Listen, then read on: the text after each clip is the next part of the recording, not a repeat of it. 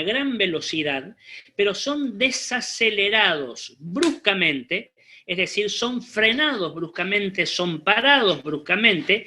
Este choque electrónico, como lo vamos a llamar, va a generar rayos X.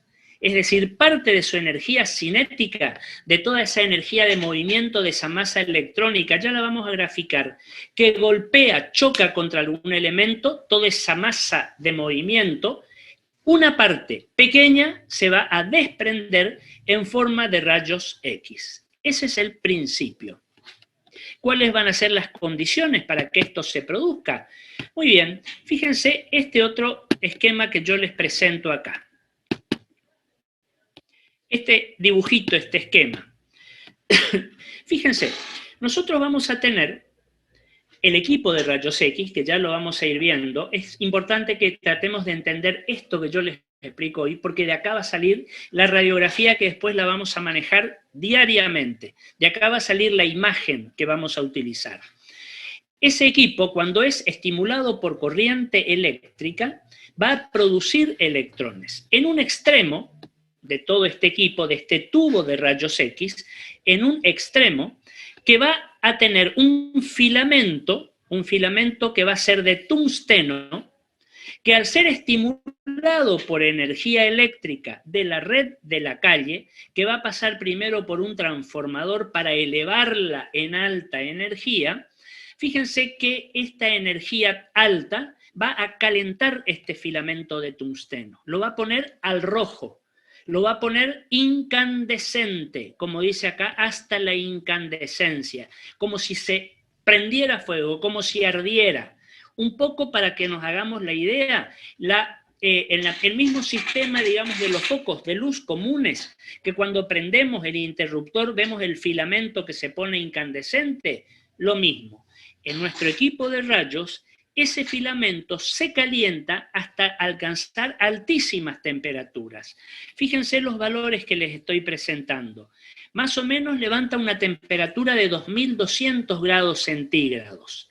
Esta masa incandescente va a ser la responsable, este filamento incandescente, de liberar electrones por esta emisión termoiónica.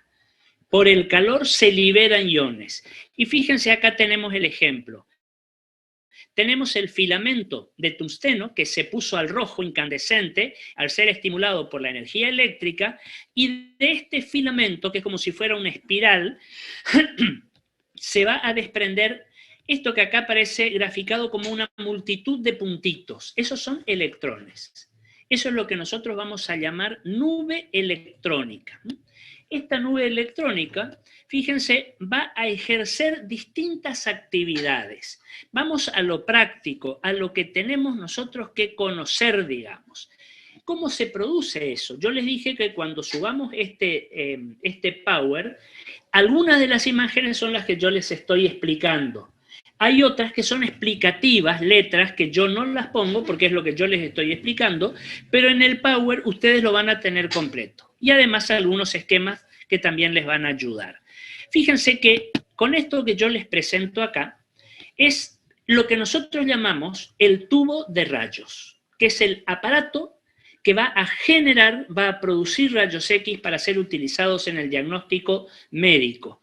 Este tubo de rayos, que así se llaman desde el primer día, desde que Röntgen descubrió los rayos X en 1895, después tuvo otros nombres, se lo suele llamar tubo radiógeno, que genera rayos, se lo suele llamar tubo de Coolidge, porque Coolidge fue el científico que lo perfeccionó, que lo armó, según la idea que tuvo Röntgen.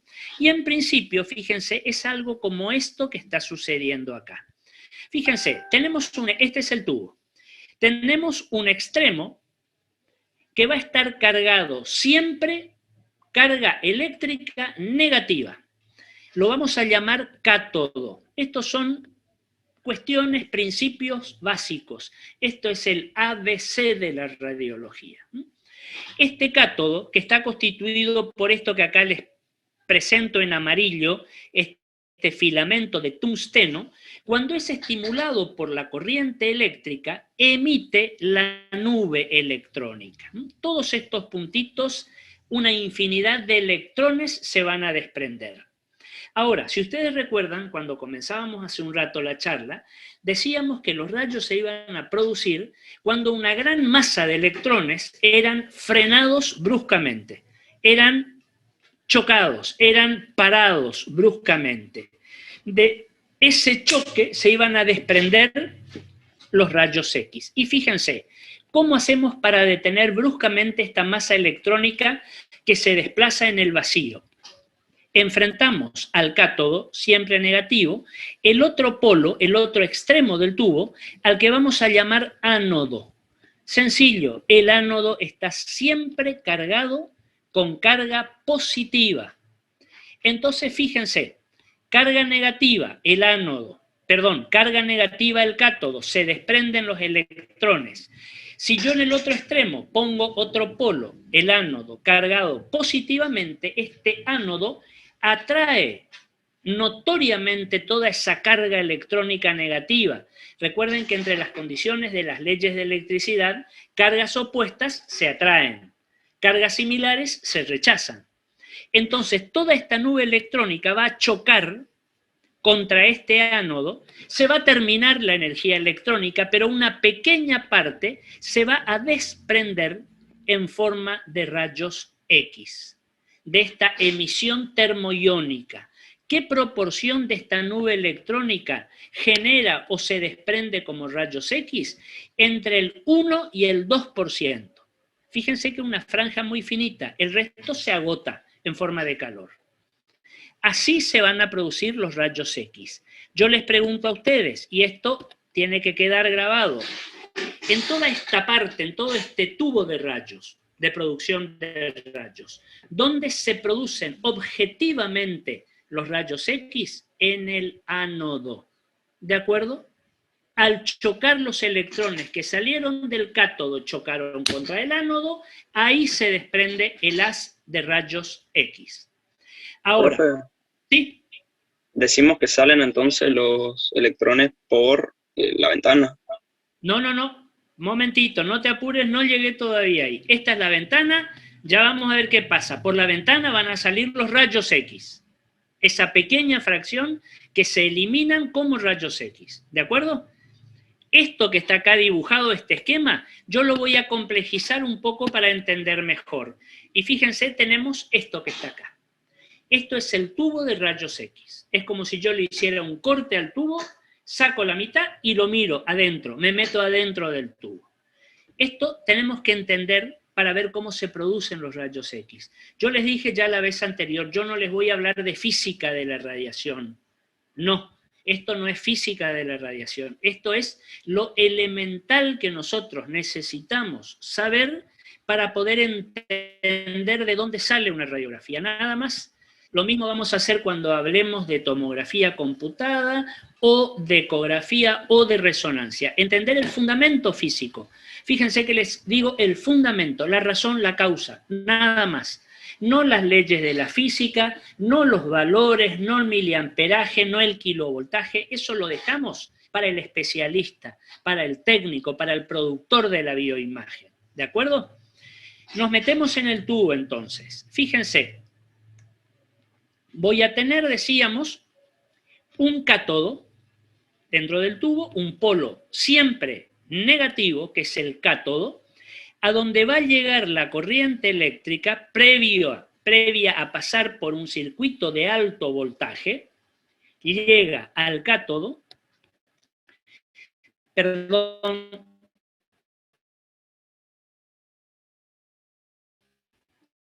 llega cátodo, acá dije bien, acá se queda con estas flechitas amarillas, que es la nube electrónica. No son los rayos X todavía, es la nube electrónica. Algunos hablan de la masa electrónica. ¿Qué expongo al otro lado? El otro polo, que va a ser el ánodo, cargado siempre de manera positiva. Polo positivo va a atraer notoriamente toda esa enorme cantidad de electrones. Los electrones, ustedes saben, siempre tienen carga eléctrica negativa. Y ahí se produce el choque electrónico. el frenado brusco. Y de acá se va a desprender en 1 o 2% de todo este potencial los rayos X. Fíjense, antes de seguir la trayectoria de los rayos X, el ánodo es este elemento que está acá, que fíjense, es un disco que tiene un rotor que lo hace girar continuamente. Por eso ustedes, si leen esto, lo van a encontrar al ánodo como ánodo rotatorio o ánodo giratorio. ¿Por qué tiene que ser un disco que gire continuamente? Para exponer siempre superficies de choque o puntos de choque distintos a toda esa energía que está saliendo. Si siempre fuera un punto fijo, como eran los primeros tubos de rayos, el problema que había es que el tubo se agotaba rápido, el ánodo se rompía por la fuerza de esa corriente electrónica. Ustedes piensan, si en lugar de ser un punto fijo es un disco que gira a 3000 revoluciones por minuto, siempre expone diferentes puntos de choque, lo que le da una enorme durabilidad al tubo. ¿Se entiende esta cuestión? Entonces, este rotor es el que hace girar el ánodo para que la nube electrónica choque contra ese ánodo, pare, ahí se agote todo lo que sale como calor, ya vamos a ver cómo se agota, y una pequeña parte va a salir en forma de rayos X, 1 o 2%.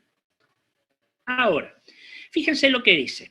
Este cátodo y este ánodo están juntos dentro de esto que está marcado con blanco, que nos dice una ampolla de vidrio. Es como una cápsula, una gran ampolla, como las ampollas de las inyecciones, una gran ampolla, pero de vidrio Pirex. Ustedes saben seguramente cuál es la propiedad del vidrio Pirex.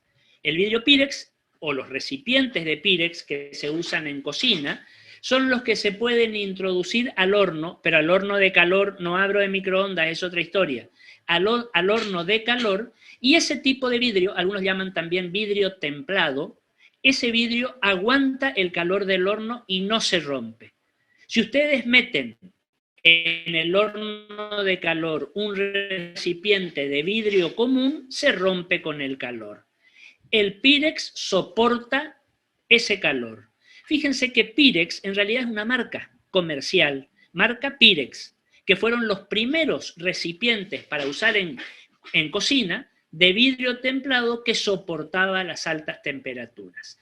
Por extensión, hablamos de vidrio Pirex o de Pirex, aunque es una marca. Sucede algo similar a lo que por ahí pasa con lo que sería una hojita de afeitar, y por ahí nosotros decimos la Gillette. Gillette es una marca comercial, no es el nombre propio, digamos. Ahora, ¿por qué esta ampolla de vidrio Pirex? Porque esta ampolla de vidrio hace que aguante ese calor, habíamos hablado de 2200 grados. Entonces, ese calor que se desprende desde este punto queda adentro de la ampolla, se reabsorbe y no se rompe la ampolla por la calidad del vidrio. Ahora, piensen ustedes, si yo tuviera ese tubo de vidrio, solamente esa ampolla de vidrio, y tuviera que manejarla, no me podría acercar por el calor, no podría tocarla, no podría manejarla, no podría maniobrarla. Entonces, esa ampolla de vidrio Pirex va a estar metida, herméticamente guardada, dentro de esto que está acá, que se llama calota. Una calota de metal, de una serie de metales, una aleación de distintos metales. Calota quiere decir algo que guarda, algo que protege, algo que es muy valioso. Si yo les digo calota, ¿en qué piensan ustedes? ¿Qué región anatómica exacto conocen como calota? La calota craneal, esa cubierta ósea para proteger el encéfalo, que es vital para el ser humano. Esta calota de metal protege que la ampolla de vidrio no se rompa. Y además, en toda esta zona, entre la ampolla de vidrio y la calota metálica, hay una serie de aceites refrigerantes. ¿Para qué? para bajar la temperatura. O mejor dicho, para que la calota metálica no tome temperatura, porque nosotros la calota metálica sí la vamos a tocar y es la que vamos a manejar para hacer una u otra radiografía. Estos aceites refrigerantes hacen que la calota no tome la altísima temperatura que va a haber en el interior. Y dentro de la ampolla de vidrio, esta ampolla de vidrio está fabricada al vacío. Adentro hay vacío. ¿Para qué vacío? Para que los electrones que salen del cátodo sean directamente atraídos por el ánodo, que no se dispersen. Hay vacío. ¿De acuerdo? ¿Estamos hasta acá? ¿Me entendieron o les hablé en árabe? Les vuelvo a decir... No, se reentendió. Perfecto, me alegro. Esto no es física de la radiación, que todo es como que le escapamos a esa parte. Yo también les aseguro.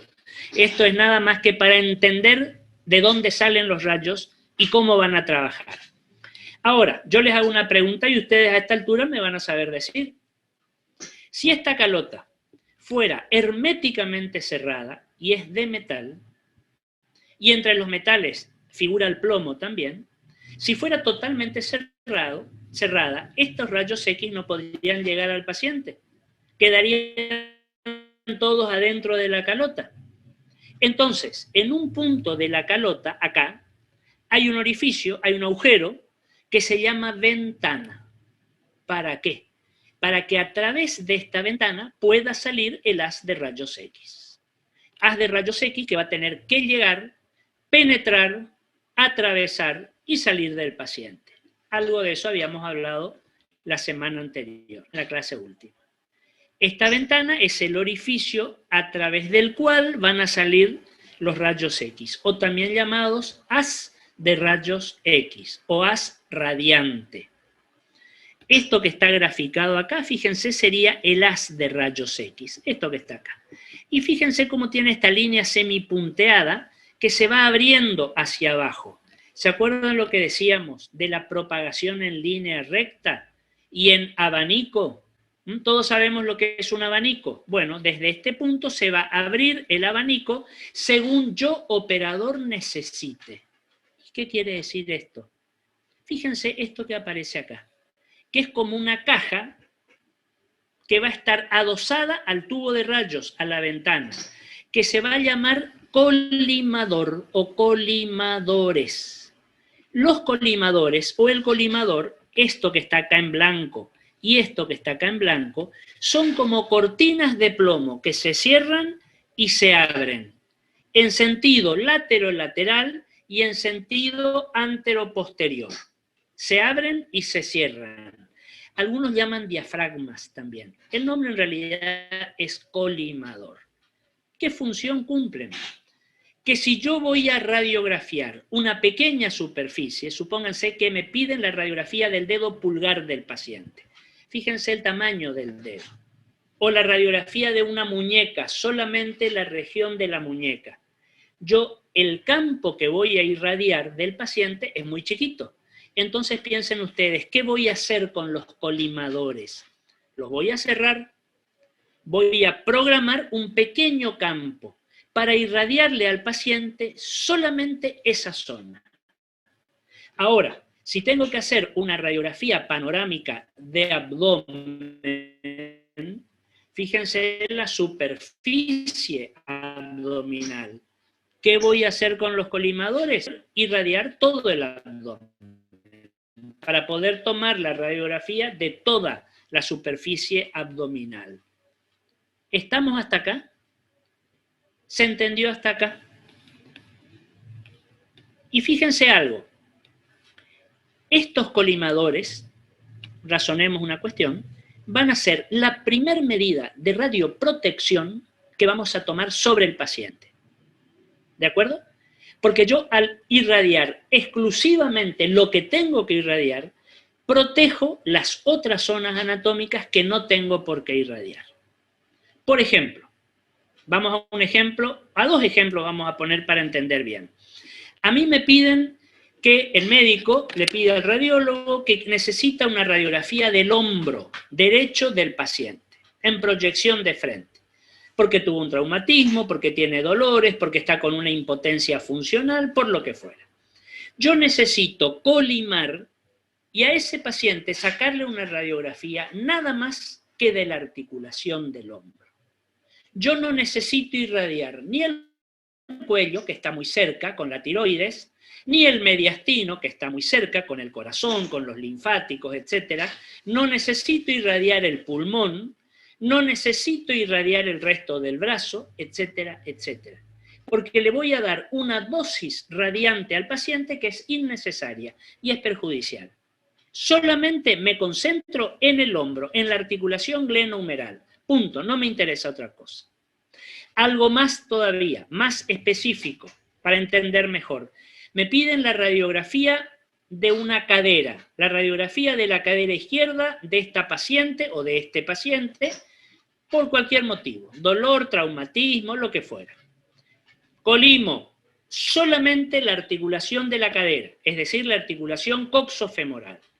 Si yo no colimo, puedo irradiar fundamentalmente los ovarios, si fuera una mujer, o los testículos, si fuera un varón, o los grupos ganglionares, etc. ¿Para qué? No tiene ningún sentido, si lo que queremos ver es la articulación coxofemoral. De ahí lo que yo les dije, que el colimador o los colimadores son la primer medida de radioprotección para el paciente. ¿Y por qué les dije las 2 veces para el paciente y no para el operador? Porque cuando yo programo para hacer esa radiografía, me voy a ir atrás del biombo plomado, que ya lo vamos a ver, para efectuar el disparo desde ahí. Y los rayos, volvemos a decir, se disparan y tienen una trayectoria en línea recta y en abanico. Entonces, si yo me voy atrás del biombo plomado, o del muro plomado, o del vidrio plomado, o lo que fuera, o tengo mi protector plomado, yo no me voy a irradiar, porque la trayectoria de los rayos es siempre horizontal, recta quise decir, y en abanico. Y al paciente lo voy a tener, si ustedes alguna vez se hicieron radiografías, lo voy a tener acostado sobre la mesa radiográfica.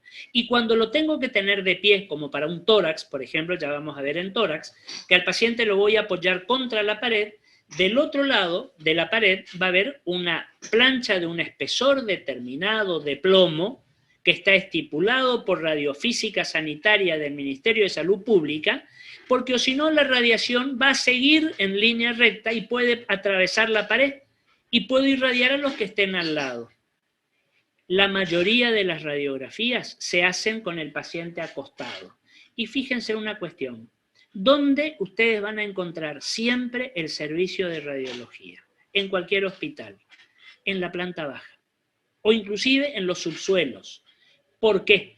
Porque al estar el paciente acostado sobre la mesa o apoyado sobre la mesa o en la parte que tiene que radiografiar sobre la mesa y el rayo siempre entra perpendicular, va a terminar en la tierra y se va a agotar en la tierra. Debajo del equipo de rayos, presten atención, no hay nada construido. No hay gente, por así decir. Va a la tierra. Pueden haber sótanos, pero no hay contaminación ambiental. ¿Estamos hasta acá? Entonces, la producción de rayos X en el tubo de rayos, ¿y dónde se producen? A partir del ánodo. Después de ese frenamiento, ese choque brusco, ese golpe de electrones que salieron del cátodo y chocaron contra el ánodo. Una pequeña parte de esa gran energía acá se va a desprender a través de la ventana para llegar hasta el paciente, que va a ser nuestro objeto de estudio. ¿Alguna pregunta hasta acá? Profesor, tengo una duda. ¿Cómo no? Adelante. Mi duda es esta. Usted nos explicó justamente que en el caso de hacer las salas de rayos X siempre es en la planta baja, cosa que no se puede irradiar a nadie que esté fuera de la habitación. Le iba a consultar en el caso de las radiografías en los consultorios de los dentistas. Las veces que yo fui y me hicieron, no vi que haya algo de plomo contra la pared, o incluso el mismo equipo no es tan complejo como el que usted mismo nos mostró recién. A mí también me hicieron, y te contesto, muy buena tu pregunta. La dosis que se puede llegar a irradiar depende de los valores con que se programe el rayo. valores de miliamperaje, valores de kilovoltaje y el tiempo de exposición. Y todo eso tiene mucho que ver con el espesor que tenés que atravesar. Cuando te hacen una radiografía, por ejemplo, que te van a meter la placa, la película chiquita, seguramente en un estuche como de plástico, te van a meter adentro de la boca y te van a hacer morder para sostener, y fíjate que te puede entrar el rayo por abajo o por acá arriba, dependiendo de cuál es el gas, que esa es otra cuestión. Los valores son muy bajos de radiación. Fíjate el tamaño de ese tubo de rayos. Ese tubo es como una bombita chica. El rayo es muy puntual. Fíjense que esos tubos terminan como si fuera un cono, como un embudo, que te lo van a apoyar exactamente sobre el lugar donde tiene que entrar el rayo. Y sobre vos, no te lo hacen a distancia. ¿De acuerdo? Eso hace que no haya irradiación alrededor.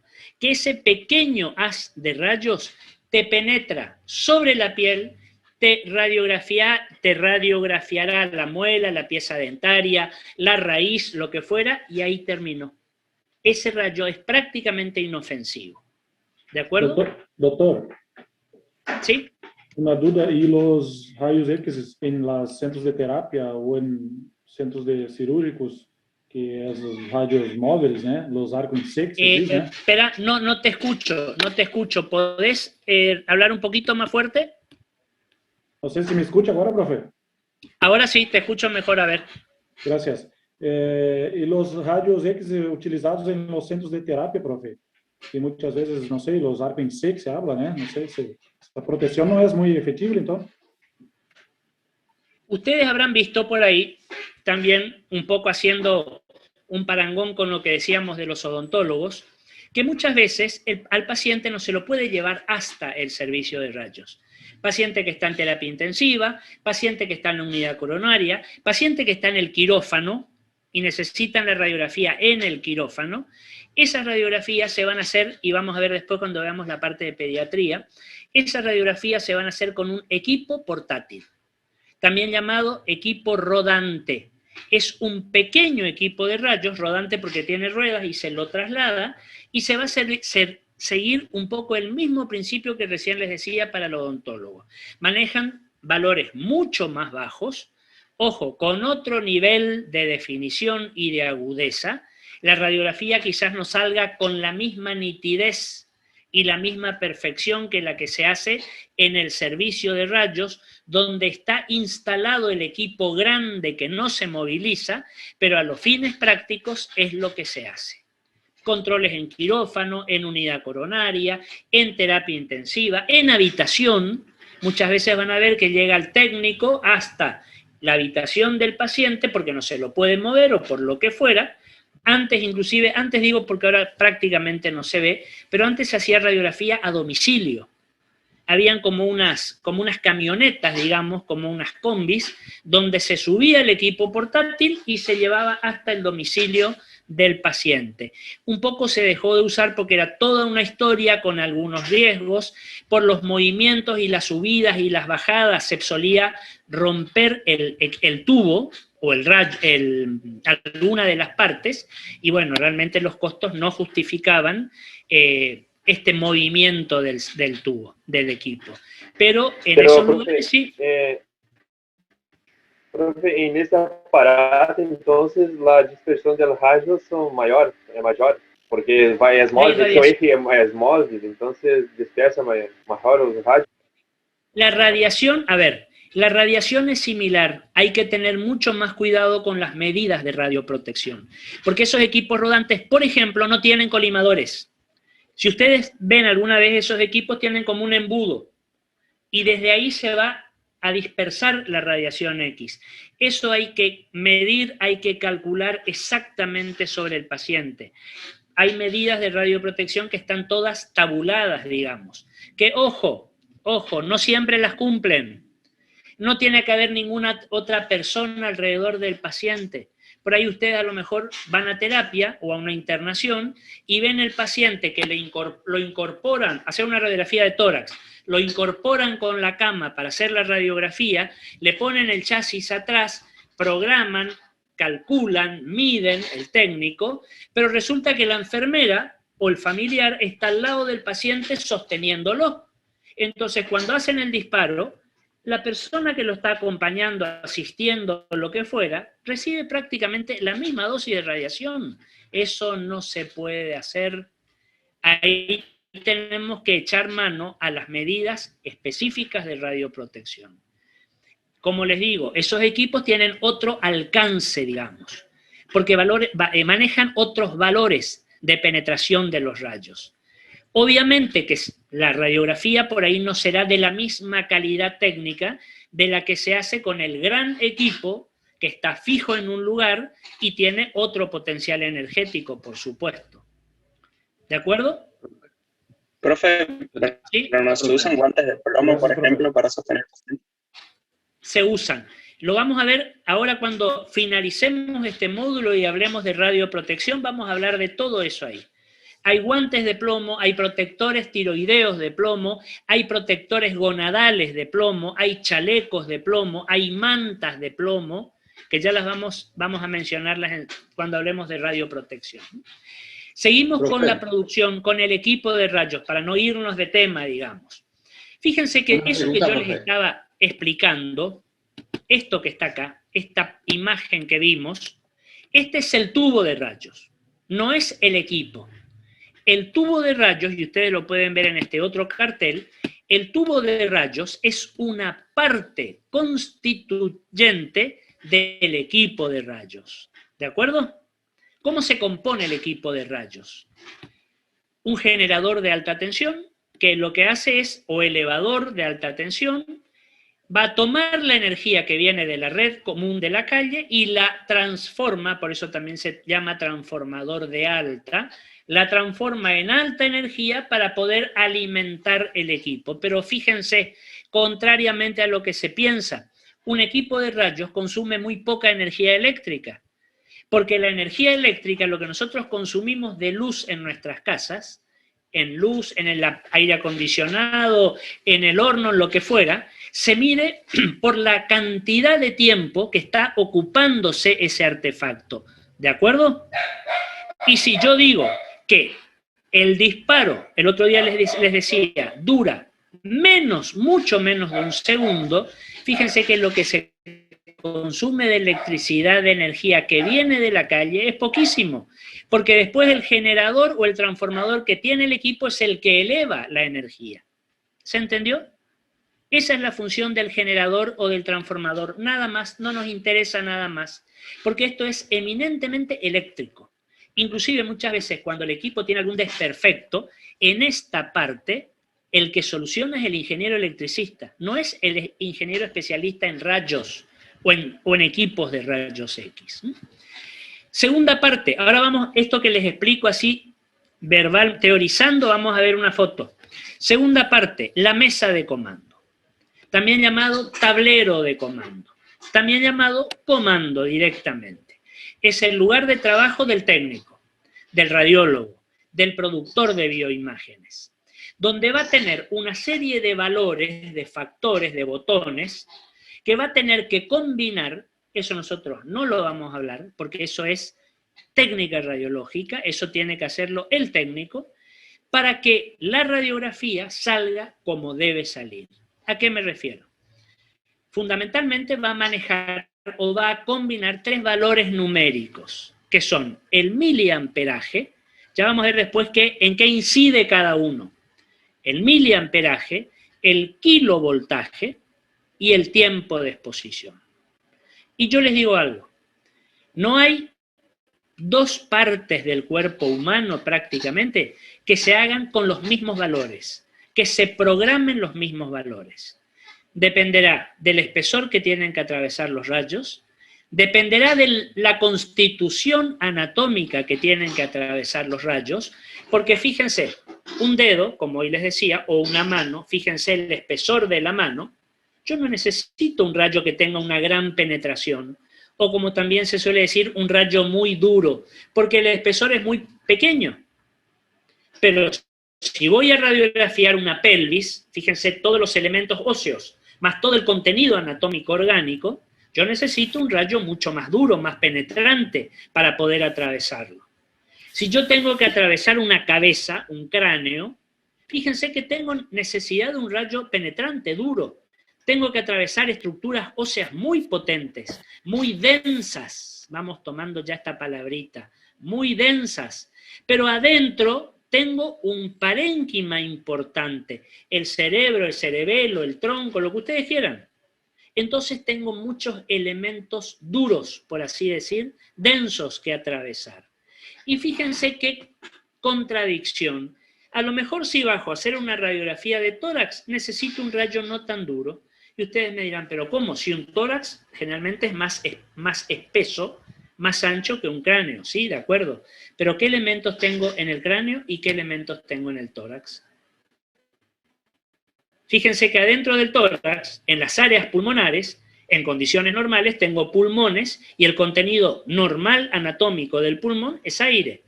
Y los rayos X viajan por el aire sin ningún tipo de problema. Ahora, si bajo un escalón más a hacer una radiografía de abdomen o de pelvis, fíjense que ahí el espesor puede ser mayor, pero el contenido es diferente.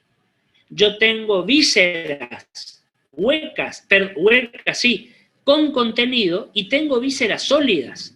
Tengo el hígado, tengo el páncreas, tengo los riñones, tengo el colon con materia fecal, tengo el estómago con contenido gástrico, tengo los intestinos, etcétera, etcétera.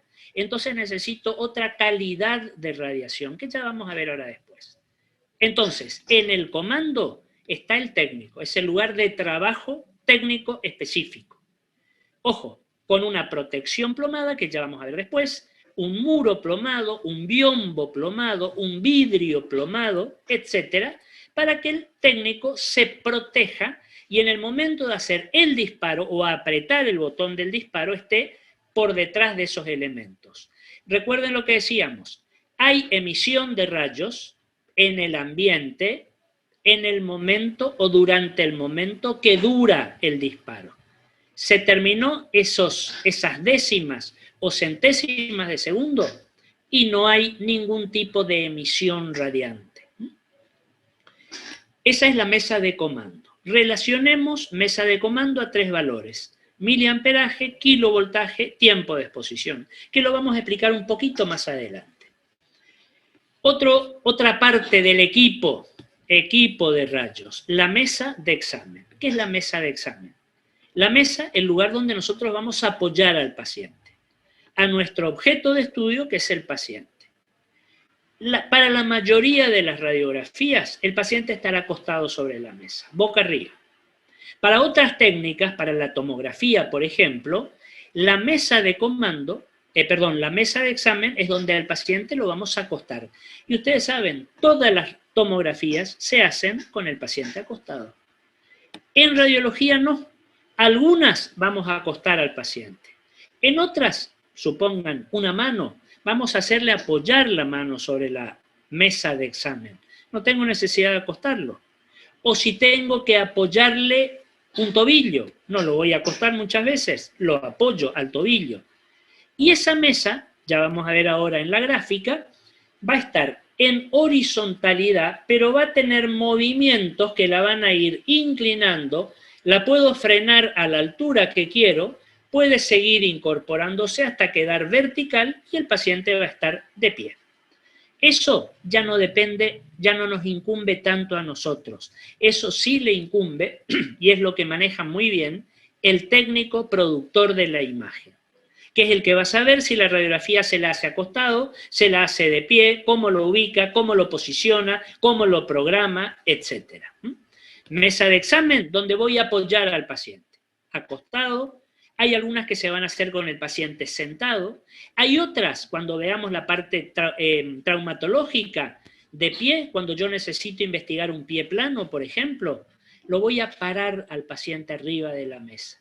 Porque yo necesito ver cuando el paciente se para, la descarga que hace para que ese arco plantar o permanece o se venció, o no lo tuvo nunca y tengo un paciente con pie plano.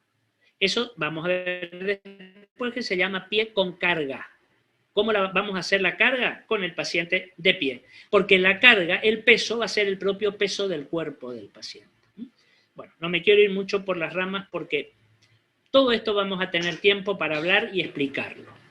Cuarto punto, el tubo de rayos, que ya lo explicamos recién.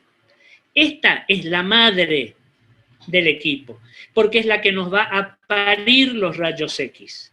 La parte realmente funcional, activa de todo este equipo de rayos es el tubo de rayos, porque es el que nos va a producir los rayos. Y un elemento, si se quiere, auxiliar de este tubo de rayos, que es la columna portatubo. Ya lo vemos enseguida en la foto del equipo. ¿Por qué la columna? Les voy a explicar sobre la imagen. Acá tenemos nosotros la imagen de un equipo de rayos básico, sencillo, clásico, nada sofisticado. Fíjense, acá tenemos lo que fuimos viendo, el generador, el transformador, que habitualmente no está junto al equipo, está más apartado. Acá se lo colocó al lado para tenerlo en cuenta, para verlo, nada más. La mesa de examen. Acá arriba lo vamos a apoyar al paciente. Lo vamos a acostar, lo vamos a apoyar, lo vamos a sentar, lo que fuera. Con una característica, esta mesa va a ser deslizable, se va a desplazar hacia los pies o hacia la cabeza del paciente cuando nosotros querramos centrar, porque fíjense, si yo piensen ustedes, imaginemos al paciente acostado acá arriba, con la cabeza hacia este extremo y los miembros inferiores, los pies hacia acá. Fíjense que este es el tubo, ya vamos a ver, perpendicular al paciente, pero es como que yo le voy a hacer una radiografía de abdomen o de pelvis. Pero si yo quiero radiografiar más arriba, corro la mesa para que no tenga que mover al paciente. Porque hay pacientes que pueden tener una buena movilidad y hay otros que no. Entonces nos resulta más fácil correr la mesa. También la mesa, yo les decía hoy, va a ser basculable. Puede ir cambiando de posición, ya lo vamos a ver en otra imagen después. Acá el paciente. Y fíjense, acá tenemos el tubo, esto que está acá es el tubo, ese cilindro, esa calota metálica, que si nos metemos adentro tenemos el aceite refrigerante y un poquito más adentro tenemos la ampolla de vidrio, Pirex, y un poquito más adentro en el vacío tenemos el cátodo y el ánodo. ¿De acuerdo? Acá está el tubo. Y esta caja, como este cubo que aparece acá, adosado al tubo, adosado en realidad a la ventana del tubo, que es el colimador, o son los colimadores. Ya lo explicamos. Y fíjense, acá me dice columna. ¿Se acuerdan que en la imagen anterior yo les había dicho columna portatubo? Este tubo va a estar sujeto a esta columna por un brazo, a través de un brazo extensible, para que yo entonces, con unas manijas que voy a tener acá, de ahí corro, desplazo el tubo en un sentido o en otro, lo subo, lo bajo, para mantener tal o cual distancia con el paciente. Entonces yo no estoy maniobrando el tubo, no lo saco, no lo pongo, no lo llevo, lo guardo, lo dejo arriba de algún lugar, no, para proteger el tubo. El tubo está sujeto a esta columna, y esta columna portatubo, acá abajo, que no lo vemos, está sujeta a un riel que va sobre el piso y arriba a un riel que va sobre el cielo raso. Entonces se puede desplazar para facilitar el trabajo con el tubo y darle una mayor durabilidad, una mayor vida útil al tubo. ¿Estamos hasta acá? ¿No los enloquecí demasiado? ¿Nos ubicamos más o menos en el tubo, en el equipo de rayos? Muy bien. Ahora les voy a complicar un poquito la cosa. ¿Por qué? Porque yo les quiero mostrar esto. Fíjense que si nos vamos, nos retrotraemos a cuando recién comenzamos a charlar, yo les dije lo que era la radiología, lo que era una radiografía, ¿se acuerdan? Y lo que era la radioscopía. Radioscopía, pensemos en el detector de metales de los aeropuertos, lo que nos permite ver en forma directa, dinámica, al paciente. Para algunos estudios radiológicos, para entender qué es un estudio radiológico, ¿por qué les digo estudio radiológico y no les digo una radiografía? Cuando nosotros decimos radiografías, también se llaman radiografías simples o directas. ¿Qué es una radiografía simple o directa? Toda aquella para la cual, al hacerse, el paciente no necesite ninguna preparación previa, así como vino al servicio, le hacemos la radiografía y no le administramos ningún fármaco. Llamemos fármaco a los medios de contraste que más adelante los vamos a ver exhaustivamente. Por ejemplo, ¿qué es una radiografía simple o directa? Una radiografía de tórax, una radiografía de cráneo, una de hombro, una de columna vertebral, una de rodilla, una de tobillo, una de mano, en general todo lo que es osteoarticular. Regiones. Ahora, están los estudios radiológicos. ¿Qué característica tiene un estudio radiológico? Las dos contrarias a las que yo les dije de la radiografía simple. Radiografía simple, el paciente no se hace ninguna preparación. Para todos los estudios, el paciente debe, sí o sí, hacerse una preparación previa, que puede ser un ayuno prolongado de 8 horas, que puede ser una limpieza intestinal, con dieta, con enemas, con lo que fuera, con laxantes, que puede ser la ingestión de algún fármaco determinado, pero algo tiene que hacerse antes de hacerse el estudio. Y lo segundo, para la radiografía simple, les dije al paciente no le doy nada. Para el estudio radiológico le voy a administrar medios de contraste, ya sean iodados o varitados. Acá me planto, no sigo metiéndome en el tema porque nos vamos a salir del tema. Pero para entender lo que es un estudio, nada más. Ahora, cuando yo le voy a hacer un estudio radiológico al paciente, del colon, del estómago, del esófago, de los riñones, del aparato urinario, del aparato ginecológico, de una articulación, de lo que fuera, a mí me interesa ver dinámicamente eso, qué está pasando funcionalmente. Y en el momento que crea adecuado, voy a tomar una radiografía. Pero ese estudio lo voy a hacer bajo control radioscópico. Lo voy a mirar por radioscopía como si lo estuviera viendo para detectar metales o cuerpos extraños. Volvemos al tema del detector del aeropuerto. Fíjense que es una manera de detectar drogas, por ejemplo. Cuando habían los que se llamaban mulas. ¿Qué eran las mulas? Las personas que llevaban en su interior drogas para comercializarlas, para el narcotráfico, en forma de cápsulas que no se disolvían en el interior, el paciente las tragaba y después las defecaba.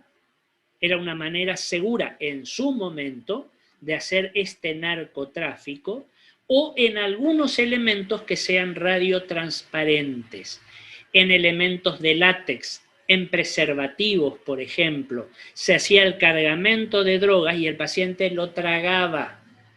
Después los eliminaba con la materia fecal. Como estaban cubiertas por estos elementos protectores, después las vendían, digamos. Bueno, fíjense, si yo quiero hacer radioscopía para el estudio, tengo esto que está acá, que es el mismo equipo de rayos que hoy yo les mostraba. Nos ubicamos, por favor. No tenemos la mesa de comando porque está aparte, no tenemos el transformador porque está aparte, tenemos la mesa de examen donde lo voy a acostar al paciente, tengo esto que está acá que es el tubo, fíjense, el colimador, la manija que yo les dije desde donde me voy a prender para correr, subir, bajar, desplazar el tubo, la columna, en este caso la columna está sostenida solamente al cielo raso, son variantes de modelos nada más, pero voy a tener adosada al tubo la radioscopía, esto que está acá. Esto se llama, fíjense, intensificador de imagen. Con eso yo lo voy a mirar al paciente a través de esto que está acá. Fíjense estos televisores en blanco y negro, estos monitores. Yo veo en forma dinámica, directa y en tiempo real. ¿Qué quiere decir? Dinámica, porque veo los órganos moviéndose. Directa, en el momento que estoy haciendo el estudio. Real, lo que estoy viendo, lo mismo, para ver cómo está pasando el medio de contraste o la fisiología de ese órgano y decir, bueno, en este momento me interesa, acá le hago la radiografía, acá le saco la radiografía. Y fíjense, por ejemplo, supongamos hipotéticamente que acá tengo el paciente apoyado, acostado, fíjense esto que me aparece acá en los dos monitores. Este equipo de radioscopía tiene dos monitores, puede tener 1, 2, 4, lo que fuera. Fíjense qué órgano les parece a ustedes que estamos viendo acá, acá y acá. El mismo órgano en dos tomas distintas, en dos ángulos. ¿Qué órgano les parece a ustedes que es? Acá lo vemos mejor quizás. Un órgano hueco que está lleno de aire en su interior porque yo, operador, le pasé aire al paciente, ya vamos a ver después por qué. Que tengo imágenes blancas, que es el medio de contraste, ¿y forma de qué órgano tiene esto que está acá? ¿Será un estómago? ¿Será un esófago? ¿Será un colon? ¿Será intestino delgado? ¿Qué les parece? ¿Intestino? Sí, señor. Sí, señor. Que parece el intestino grueso. El colon. Parece colon. Exactamente. Fíjense las austraciones. Acá llegamos a ver, el colon tiene austras, ¿de acuerdo? El intestino delgado es mucho más delgado y es liso, no tiene austras. Piensen en el chinchulín que comemos en el asado. ¿Saben ustedes qué parte de la anatomía es el intestino delgado? Perdón, es el chinchulín, ya les dije. El chinchulín es el intestino delgado. Es liso, es un tubo recto, liso, regular. El colon tiene austras. Muy bien. A este paciente se lo está siguiendo por radioscopía, se lo está controlando por radioscopía mientras se hace el estudio para definir en qué momento hacemos las radiografías. Porque otra característica de los estudios radiológicos es que son técnicas seriadas. ¿Qué quiere decir eso? Podemos tener que en un estudio vamos a hacerle 4, 6, 8, 10, 12 radiografías, según el órgano que sea y según lo que necesite ese paciente. ¿Se entendió? Entonces, la mesa de radioscopía está como incorporada al equipo de rayos. Ojo, hay otros equipos más sencillos, más básicos, como este que yo les mostré recién, el primero, donde acá no se hace radioscopía. Esto es solamente para radiología simple. Tenemos el tubo de rayos, tenemos la mesa, pero con esto no podemos hacer radioscopía. No podemos hacer estudios radiológicos. Profe, ¿Estamos una hasta acá? pregunta. Sí, cómo no. Cuando usamos radioscopía, ¿podemos usarlo, por ejemplo, para hacer una toracocentesis, digamos, para ver que no sobrepasa el pulmón la aguja, por ejemplo, o solamente es para sacar la foto, digamos, la radiografía? Todas las técnicas invasivas, hoy en día se deben hacer bajo control imagenológico. Llámese radioscopía, llámese ecografía, llámese tomografía, lo que fuera. Pero en este momento es un tanto, digamos, para ser benevolentes, un tanto imprudente hacer un estudio invasivo sin tener un control imagenológico. ¿Qué es un estudio invasivo? Todo aquel en el que yo le meto algo al paciente, lo invado al paciente. Una aguja, un trocar, un catéter, una sonda, lo que fuera. Si yo le hago una punción pulmonar o hepática o tiroidea o lo que fuera, yo necesito saber con seguridad que la aguja llegó a donde yo quiero llegar. Que si es un nódulo, la aguja llegue al nódulo y que no me haya pasado del nódulo o no haya apuntado por fuera. Entonces no voy a tener material para hacer la anatomía patológica. Entonces el control imagenológico es fundamental. Algunos lo hacen con radioscopía, otros lo hacen con ecografía, otros lo hacen con tomografía computada. Eso ya lo vamos a ir viendo cuando veamos las técnicas invasivas, dependiendo de cuál es el órgano a donde nosotros queremos llegar, cuál es el órgano al que vamos a abordar. ¿De acuerdo? Muy bien, entonces nos quedamos con esta mesa de radioscopía. Por acá, a ver, creo que tengo una pregunta en el chat. Ah, no, perfecto, colon, sí, correcto. Vamos a ver ahora dos conceptos que hoy les había comentado. Y les dije, un poco más adelante lo vamos a aclarar. ¿Se acuerdan que hablábamos de miliamperaje? Acá me aparece que lo vamos a abreviar así, MA. Y hablábamos de kilovoltaje, que lo vamos a abreviar así, KB.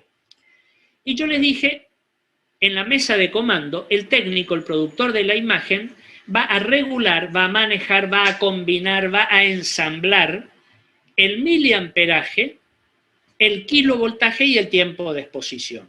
Lo que por ahí cuesta un poquito entender es qué maneja el miliamperaje y qué el kilovoltaje. Lo vamos a explicar ahora. No vamos a explicar mayormente lo que es el tiempo de exposición porque es muy sencillo. ¿Ustedes saben lo que es el tiempo de exposición? Como su nombre lo dice, el tiempo en que yo voy a exponer al paciente a la radiación, al disparo. Esas décimas o centésimas de segundo, que lógicamente van a tener una relación directa con el espesor que tengo que atravesar. Si tengo que radiografiar un dedo, fíjense que el espesor es muy cortito, muy chiquito. El tiempo de exposición será recontra mínimo, un toquecito. Ahora, si yo tengo que radiografiar un abdomen y ese abdomen es de una persona que pesa 140 kilos, y bueno, yo necesito otro rayo, necesito otro tiempo de exposición. Necesariamente el paciente va a estar más expuesto, porque el espesor a atravesar en un abdomen de un paciente obeso es mucho mayor al de un paciente delgado. Fíjense que inclusive les puedo decir lo siguiente, no todas las regiones, no siempre una misma región se la trabaja con los mismos valores, el abdomen, por ejemplo. Porque si yo tengo un paciente que pesa 50 kilos y uno que pesa 150 kilos, son espesores distintos. O en relación a la edad, si tengo que radiografiar el abdomen de un recién nacido, fíjense el espesor que puede tener, o de un niño, no tiene nada que ver con el espesor del abdomen de un paciente adulto, aunque sea delgado. Entonces, todo eso, en parte, lo voy a regular con el tiempo de exposición. Y los otros dos valores que son estos que yo les presento acá. Miliamperaje. ¿Qué manejamos con el miliamperaje? Vuelvo acá. La intensidad o la cantidad de rayos X que le voy a entregar. Es decir, la cantidad de electrones, volvamos un poquito atrás, que chocan contra el ánodo. O sea, esa masa electrónica yo la puedo graduar, la puedo regular con el miliamperaje. Mayor cantidad de electrones, menor cantidad de electrones. ¿Y cómo regulo cuántos electrones emito? Dependiendo de la temperatura del filamento. ¿Se acuerdan del cátodo del filamento que se ponía al rojo? 2200 grados de temperatura. Ese calentamiento lo regulo con el miliamperaje. Lo caliento menos, voy a tener menor cantidad de rayos X. Es decir, menor cantidad de electrones que lógicamente me van a producir menor cantidad de rayos X. Necesito mayor cantidad de rayos por el espesor, caliento más el filamento. Si lo caliento más, voy a producir mayor cantidad de electrones que me van a significar mayor cantidad de rayos X. Entonces, resumiendo, el miliamperaje me programa o me determina la cantidad de rayos, la intensidad, la cantidad. ¿Se entendió esto? Pero una cosa más, como yo les dije, tengo otro factor. Hablamos del tiempo de exposición, hablamos del miliamperaje y bueno, tengo el kilovoltaje. ¿Qué me va a determinar el kilovoltaje? Vuelvo acá. La penetración o calidad de los rayos X, que va a depender de la velocidad con que los electrones chocan contra el ánodo. Se regula porque con el kilovoltaje variamos la diferencia de potencial entre cátodo y ánodo. ¿Qué me determina a mí siempre cuando tengo dos polos opuestos, positivo, negativo? Me determina una diferencia de potencial. Y en las leyes de la electricidad o de la física eléctrica, diferencia de potencial es producción de energía, la que fuera. Energía calorífica, energía radiante, energía lumínica, energía cinética. Esa diferencia salió de una salió de una diferencia de potencial. La diferencia de potencial, la energía que necesito para hacer funcionar un acondicionador de aire, un ventilador, un horno eléctrico, una lámpara, un equipo de rayos, un ecógrafo, lo que fuera. La penetración o calidad depende del kilovoltaje. Y si yo les digo penetración, estoy diciendo con qué fuerza me meto adentro del paciente. Un rayo penetrante es un rayo como habitualmente se lo llama duro. Y si yo tengo un rayo muy penetrante, muy duro, pensemos, es para penetrar y atravesar justamente una estructura densa, una estructura dura, un cráneo, una columna vertebral, una pelvis, un hígado, estructuras densas. Ahora, volvemos al ejemplo del dedo o del pulmón, aire, o pequeñas partes. Yo no necesito un rayo tan duro, si lo puedo penetrar con un rayo menos penetrante, un rayo más blando, ¿qué voy a hacer? Bajo el kilovoltaje.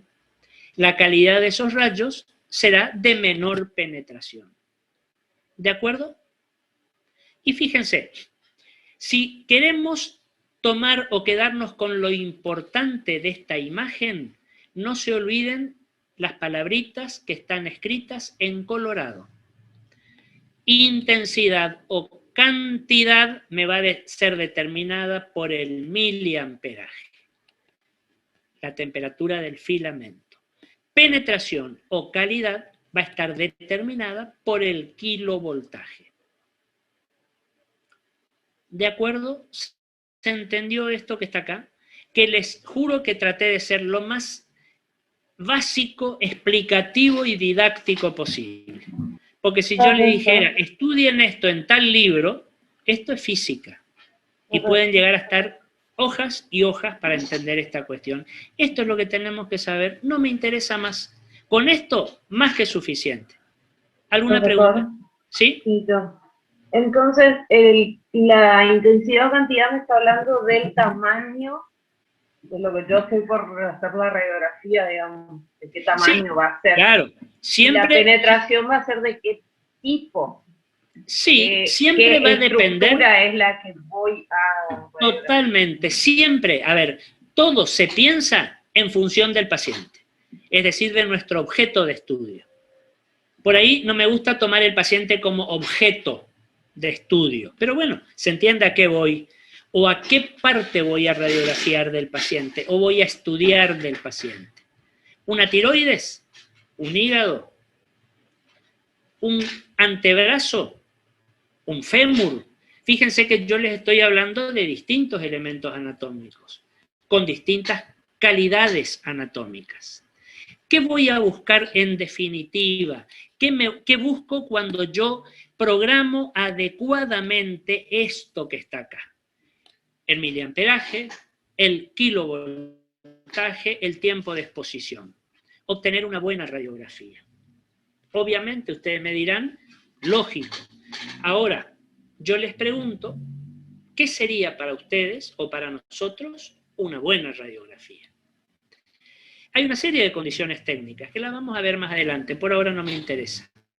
Cuando ya estemos metidos en el tema, vamos a ver qué elementos necesitamos de juicio nosotros, juicio crítico, para decir, esta radiografía que tengo me sirve, es buena, o esta radiografía que me entregaron es una porquería, no me sirve.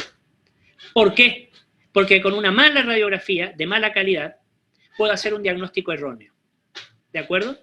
Y si hago un diagnóstico erróneo, no lo voy a tratar, no lo voy a medicar, no voy a establecer una terapéutica adecuada para el paciente. Entonces, es fundamental que la imagen sea perfecta, no buena, perfecta. ¿Cuál es la buena radiografía? Y esto, acuérdense, y lo vamos a ir viendo con todas las imágenes que vamos a ir viendo de todos los temas. La radiografía que tenga un buen contraste, un buen contraste visual. ¿Y saben ustedes lo que es el contraste radiológicamente hablando? Si yo les digo, les pregunto, ¿qué les sugiere la palabra contraste? La diferencia de colores. Vamos por ahí. Diferencia, esa palabra me gusta. Contraste, ¿le sugiere iguales o diferentes? La palabra contraste. Diferente. Diferentes, por supuesto. Vamos a contrastar la imagen de la pobreza con la imagen de la riqueza. Vamos a contrastar la imagen del pleno verano con la imagen del pleno invierno. Diferentes. En base a esto, ¿saben lo que es el contraste radiológico? La diferencia entre blancos y negros. Por favor, no es una cuestión racial, ¿eh? Me refiero a diferencias entre lo blanco y lo negro de una radiografía. Ese es el contraste. Ustedes, por supuesto, yo desde muy jovencito también, ya nos manejamos, ustedes desde el vamos, con televisión en colores, lógicamente. Pero ustedes saben que antes existía la televisión en blanco y negro. Que yo la televisión en colores la conocí recién cuando tenía la edad de ustedes. A los 21 años llegó acá a mi ciudad, a Corrientes, o a la Argentina, la televisión en colores. ¿Saben cuándo comenzamos a tener transmisiones de televisión en color? Cuando el Mundial de Fútbol del 78. Fueron las primeras transmisiones en color. Antes, blanco y negro, solamente. Y cuando yo era chico, acá a mi ciudad llegó la televisión cuando yo tenía 8 años. Recién la televisión, en blanco y negro. Y el televisor en blanco y negro, que parecía un ropero de grande, tenía algunas perillas con las que se trataban de mejorar la imagen, lo que se llamaba la señal de ajuste. Y fundamentalmente se manejaban dos factores, el brillo y el contraste. El brillo era para dar justamente mayor brillo a la imagen. El contraste era para ver la imagen en el televisor en blanco y negro, más en blanco y negro o más en grises. ¿Se entiende? Una imagen radiográfica que tiene un buen contraste es la que yo veo en blanco y en negro, con una mínima escala de grises indispensables. Esa es la que más me sirve. Ya les voy a explicar por qué enseguida. Una imagen que no tiene un buen contraste radiográfica, una radiografía que no tiene buen contraste, es en la que yo no voy a encontrar ni el blanco absoluto ni el negro absoluto. Y me encuentro con una amplísima escala de grises. Gris más claro, más oscuro, más claro, más claro, más oscuro, más oscuro. Bueno, ¿saben cuál es el problema? La visión del ser humano, nuestro mecanismo visual o nuestro mecanismo neurovisual, nuestra visión, detecta mucho mejor los contrastes. No así los bajos contrastes. Y les doy un ejemplo. Y esto lo maneja muy bien toda la gente que hace diseño gráfico. Si yo quiero hacer un cartel, una propaganda, un banner, lo que fuera, que llame la atención y que al observador lo golpee visualmente y rápidamente lo aprenda, voy a utilizar tonos o colores contrastantes. Fíjense lo que empleamos acá para esta misma imagen que tenemos. Sobre un fondo en color, no sé, un color rojo, bordó, un color terracota, qué sé yo, oscuro, yo les puse letras blancas. El blanco sobre ese fondo resalta. Pero yo a la vez quise resaltarles más aún algunas palabras. Entonces se las puse en rojo, un color más contrastante. Si yo esto que ustedes tienen acá, lo hubiera hecho, piensen ustedes, en un fondo gris y las letras se las hubiera puesto en un color celeste, ¿tendrían el mismo contraste? ¿Las hubieran percibido tan rápidamente? No. Fíjense las propagandas, los colores que se utilizan, los tonos que se utilizan. blanco sobre negro, blanco sobre rojo, azul sobre amarillo, dorado sobre negro. Fíjense que son colores, justamente como se dice, contrastantes. ¿Por qué? Porque nuestra mirada, nuestros ojos, aprecian mejor los contrastes. No tenemos una gran capacidad de discriminación visual en tonos parecidos, en grises, más grises, más grises, más grises, no nos sirve. Es más, fíjense que cuando nosotros hablemos un poquito más adelante, en los talleres los van a ver, sobre la escala de densidades radiológicas, nosotros vamos a manejar solamente 5 tonos.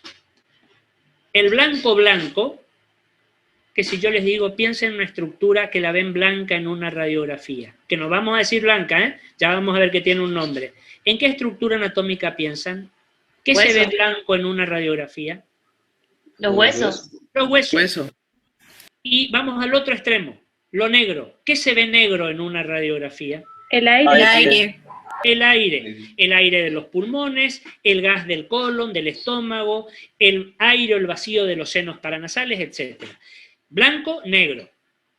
En el medio voy a meter dos densidades intermedias, 2 grises. Lo menciono nada más, ya lo vamos a ver detalladamente. Un gris más claro, más tirando a lo blanco, y un gris más oscuro, más tirando a lo negro. Y ahí vamos a meter los órganos parenquimatosos, la sangre, la grasa, el celular subcutáneo, la piel, etcétera, etcétera. Y vamos a agregar una quinta escala, mucho más blanca que el hueso, que es un blanco metálico. ¿En qué caso? Piensen cómo se vería un marcapasos en una radiografía de tórax. Piensen cómo se vería una prótesis metálica en un paciente que tuvo una fractura de cadera y se le puso un reemplazo metálico, mucho más blanco. Fíjense que hasta ahí llegamos con nuestra pobrísima discriminación visual. ¿Saben una cosa? La tomografía computada maneja escalas de cientos o miles de grises. Por eso necesita una computadora para que los integre y los programe. Nosotros no podemos, pero ni remotamente diferenciar si yo les digo 100 tonos de grises. Ustedes pueden imaginar en forma diferenciada 100 tonos de grises, del gris más oscuro al gris más blanco, más claro, imposible. Entonces, la buena radiografía es la que tiene buen contraste. Blanco, negro y los grises elementales que sí o sí van a estar. Porque si yo le hago al paciente una radiografía de tórax donde voy a ver el blanco de los huesos, el negro del aire, pero voy a tener los grises, ¿de qué? De los órganos, del corazón, de los grandes vasos, de toda la musculatura, del diafragma, etcétera, etcétera, etcétera. La buena radiografía es la radiografía entonces que va a tener un buen contraste, es decir, lo blanco y lo negro. Muy bien, señores, estamos a 3 minutos de finalizar nuestro Zoom. ¿Alguna pregunta? ¿Alguna Profe, duda? ¿Sí? Para confirmar entonces, el miliamperaje me diría lo que es tamaño, y el kilovoltaje lo que es tamaño. No precisamente tamaño, yo no les dije tamaño, espesor, que es otra cosa, cantidad de rayos que necesito, la intensidad del rayo, ¿de acuerdo? Porque si yo digo tamaño, tamaño puede ser superficie o puede ser espesor. Nosotros acá nos manejamos con espesores, ¿de acuerdo? ¿Está? Bueno, vamos a llegar hasta acá entonces. Si hay alguna otra pregunta, por supuesto, las que quieran, porque según acá me indica el monitor que tengo 193 alumnos, por lo menos participando. Espero que sean todos, que estén activamente participando. ¿Alguna duda? Por favor, la ponen o en el chat, perdón, ya te contesto, Imanol, o en la plataforma, lo mismo, ocupen la plataforma y por ahí nos comunicamos. Sí, ¿cuál es tu pregunta, Imanol? Con respecto a lo que son los talleres. Sí. Si hay una fecha de inicio o debemos esperar todavía. Ni bien tengamos la fecha de inicio, va a estar en la plataforma. Perfecto. No se preocupen. ¿De acuerdo? Porque toda esta cuestión, fíjense que estamos un poco teorizando todavía. Y el taller, para cumplir realmente su función, ustedes tienen que tener ya algunos conocimientos previos, digamos, aprendidos. Por eso ya se les va a avisar cuando los ensamblamos a esta otra cuestión. ¿De acuerdo? Bueno, mañana nos volvemos a ver entonces, en nuestro mismo horario, a las 17. Me pasaron el link, así que la plataforma Cintia ya les va a poner también el link para que ustedes puedan entrar, o a lo mejor les manden directamente. A mí no me habían mandado para hoy, por eso fue la demora que tuvimos.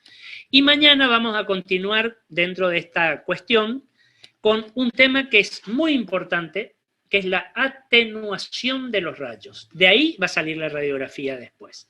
Y como les dije, les pido paciencia porque toda esta primer parte es un tanto árida, pero es necesaria para después entrar de lleno al análisis de la imagen. Porque lo que a nosotros nos interesa es que ustedes sepan leer una imagen, leer una radiografía, analizarla. Y para analizarla necesitamos cuestiones físicas, técnicas, para hablar un idioma determinado. Para hablar de una imagen radiodensa o una imagen más radiolúcida o una radiotransparencia, en fin. Entonces, por eso, como tenemos una serie de términos que ir manejando, es como que los vamos metiendo a poquito, pero los vamos entendiendo y después memorizando. Pero memorizando sin razonamiento, no, porque me voy a olvidar y no me va a ser útil. ¿De acuerdo? ¿Cómo? Bueno, ¿hay alguna otra pregunta o algo que quieran hacerlo en el chat? Acá tengo, a ver, 2 cuestiones en el chat. Esperen un segundito. ¿Bajará el Power al aula virtual? Pregunta Gianfranco. Sí, por supuesto, eso ya les dije. Todos los Power que vamos a utilizar los van a tener en el aula virtual. Eso está todo programado para hacerlo así. Y Augusto me pregunta qué es una fibroscopía. Es un estudio donde nosotros vamos a emplear un aparatito, un fibroscopio o un endoscopio, que es como una sonda, como un dispositivo que en la punta va a tener una camarita, lo digo básico y fácil, y la vamos a introducir en el paciente. Baja, vía oral, vía rectal, vamos a ir a los pulmones, vamos a ir a la vejiga por vía uretral, etcétera, etcétera. A mí me va a ir filmando y lo voy a ver en forma directa. ¿Reemplaza el estudio radiológico? No, lo complementa. Y lo vamos a ver cuando veamos estudios radiológicos. Esa es la fibroscopía. ¿Por qué fibroscopía? Porque se trabaja a partir de una fibra óptica, que es un poco esa lente, esa camarita que yo les dije, que a mí me va a ir filmando para poder observar una imagen determinada. Gracias, profesor.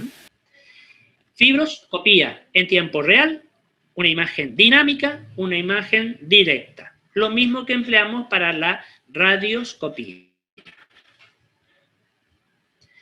A ver, otra pregunta. En el caso de los dentistas, eso ya entraríamos, y después lo vamos a ver, y lo van a ver en los talleres, lo que es la radiografía digital, que es otra forma de producir, otro método, digamos, otra técnica, mejor dicho, de producir la imagen.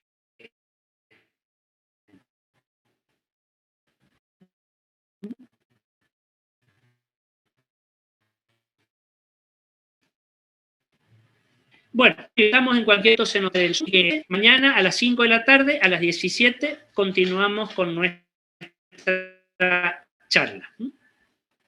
Serán entonces hasta mañana. Gracias. Gracias, doctor. Gracias. Doctor, hasta luego. Mañana, gracias.